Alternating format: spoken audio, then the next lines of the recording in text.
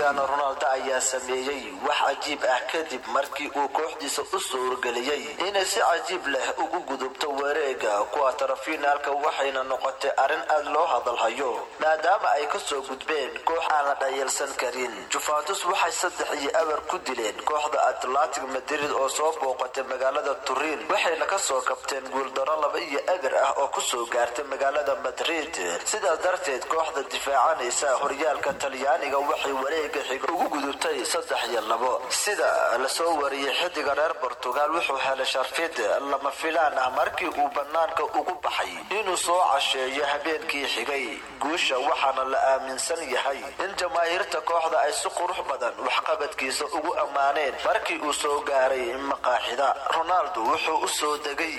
qaybta hoose ee maqaaxida wuxuuna la kulmay sacabtun iyo sidoo kale istaagid lagu sharfayo qaar ka mid ah jamaahirta ayaana ku ooyay goobta si ay ugu muujiyaan mahadcelinta waxa uu sameeyay. Cristiano Ronaldo waa xidiga ugu goolasha badan taariikhda koobka horyaalada Yurub sidoo kalena wuxuu hardan ugu jiraa markii afaraad oo xiriir ah inuu ku guuleysto koobka Champions League maadaama uu 3 xiriir ah la soo gudoomay Real Madrid.